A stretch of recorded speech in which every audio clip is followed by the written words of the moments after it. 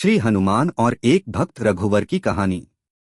प्राचीन भारत के एक छोटे से ग्राम में, जहां चारों ओर घने जंगल, नीले पहाड़ और निर्मल नदियां बहती थीं, वहीं एक निर्धन किंतु अत्यंत भक्तिपूर्ण ब्राह्मण रहता था जिसका नाम था रघुवर। उसका जीवन सादगी और ईश्वर भक्ति का प्रतीक था। उसके पास न कोई धन था, न जमीन जायदाद, न परिवार का कोई सहारा। माता पिता का देहांत बहुत पहले हो चुका था और बचपन से ही वह भगवान श्री राम और उनके परम सेवक हनुमान जी की उपासना करता था। उसके गांव के लोग अक्सर उसे पागल रघुवर कहते थे, क्योंकि वह हर सुबह सूर्योदय से पहले उठकर नंगे पांव बिना जलपान किए पास के पुराने हनुमान मंदिर में जाकर घंटों तक ध्यान में बैठा रहता था। मंदिर बहुत प्राचीन था। कहा जाता था कि यह स्वयं वाल्मीकि मुनि के शिष्यों ने स्थापित किया था। वहां की मूर्ति लाल सिंदूर से पुती हुई, तेजोमय और जीवंत प्रतीत होती थी। रघुवर जब उस मूर्ति के सामने बैठकर जय बजरंगबली का नारा लगाता तो ऐसा लगता मानो स्वयं वायुदेव का पुत्र हनुमान वहां उपस्थित हो गया हो। गांव के लोग पहले उसे उपहास की दृष्टि से देखते थे, परंतु धीरे धीरे उसकी भक्ति देखकर सबके मन में श्रद्धा जागी। रघुवर का जीवन कठिनाइयों से भरा था। वह अपने पेट के लिए गांव के खेतों में मजदूरी करता, कभी लकड़ी काटकर बेचता, कभी तालाब से मछलियां पकड़ने वालों की सहायता करता। लेकिन शाम होते ही उसकी एक ही चाह होती, हनुमान मंदिर पहुंचकर अपने प्रभु के चरणों में बैठना। उसका कहना था कि दिन भर की थकान, भूख, प्यास सब मिट जाती है जब मैं बजरंगबली के दरबार में पहुंचता हूं। धीरे धीरे उसका यह नित्य का नियम गांव में भक्ति का उदाहरण बन गया। कुछ लोग कहते कि रघुवर के मुख से जब वह चालीसा पढ़ता तो मंदिर के दीपक की लौ अपने आप तेज हो जाती थी, मानो हवा के झोंके में नहीं, किसी अदृश्य शक्ति में नाच रही हो। एक बार गांव में भयंकर सूखा पड़ा। कई महीनों तक वर्षा नहीं हुई। खेत सूख गए, पशु पक्षी मरने लगे और लोग अपने घर छोड़कर अन्य प्रदेशों की ओर जाने लगे। लेकिन रघुवर ने मंदिर जाना नहीं छोड़ा।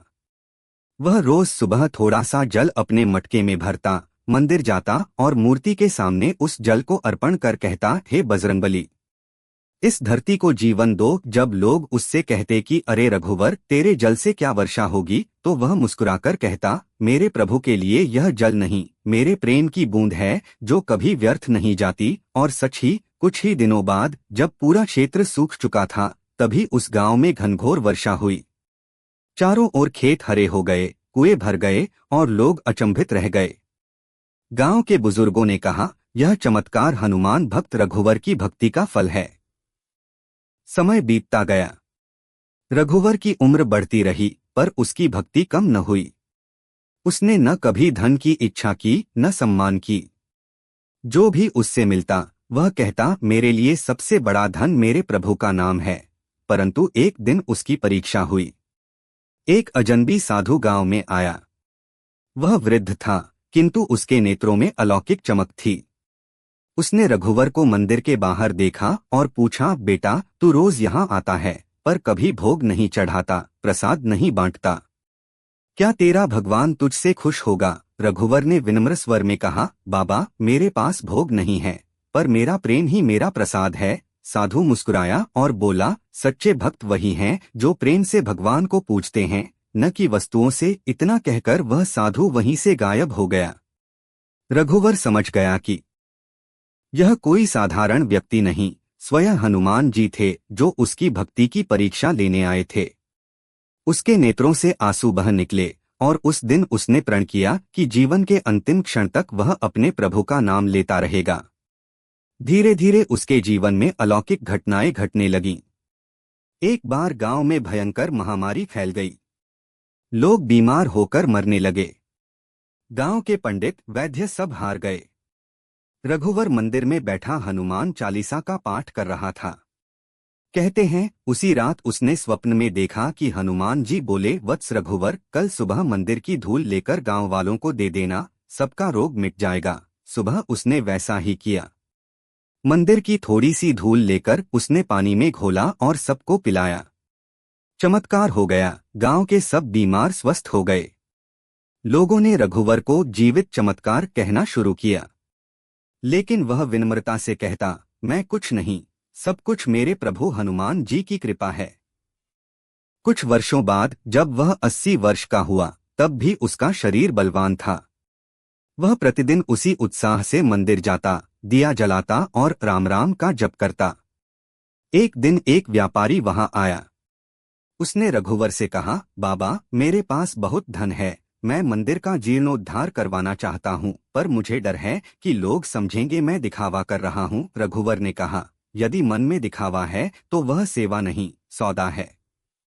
भगवान को केवल श्रद्धा चाहिए, प्रदर्शन नहीं। व्यापारी ने यह बात मन में बसा ली और गुप्त रूप से मंदिर के पीछे की टूटी दीवारों की मरम्मत करवाने लगा। कुछ महीनों में मंदिर चमक उठा। हनुमान जी की मूर्ति पर नया वस्त्र चढ़ाया गया।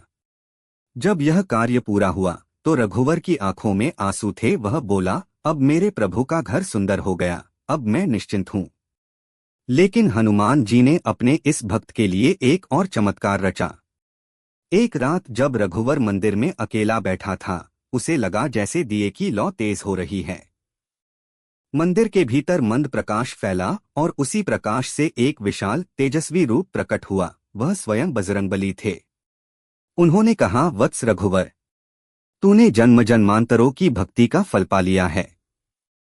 तूने कभी कुछ मांगा नहीं, इसलिए आज मैं स्वयं तुझे वरदान देने आया हूँ। रघुवर ने कहा, प्रभु, मुझे कुछ नहीं चाहिए, बस आप मुझे अपने चरणों में स्थान दें। हनुमान जी ने मुस्कुराकर कहा, तथास्तु। उसी क्षण रघुवर ने अपनी आखिरी सांस ली और उसके मुख पर दिव्य मुस्कान थी।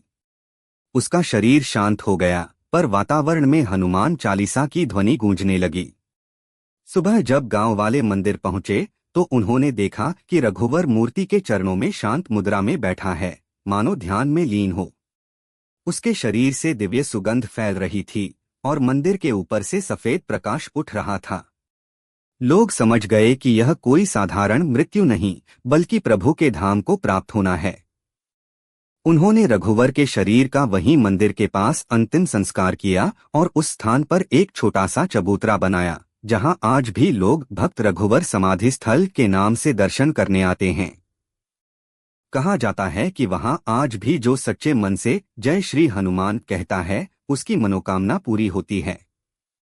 कई लोगों ने वहां रात्रि में दीपक जलने और वायु में राम नाम सत्य है कि मंद ध्वनि सुनने की बात कही है। वर्षों बाद जब एक साधु उस क्षेत्र में पहुंचा, उसने ध्यान में देखा कि स्वर्ग में रघुवर हनुमान जी के साथ खड़े हैं और दोनों श्री राम जय जय राम का जप कर रहे हैं।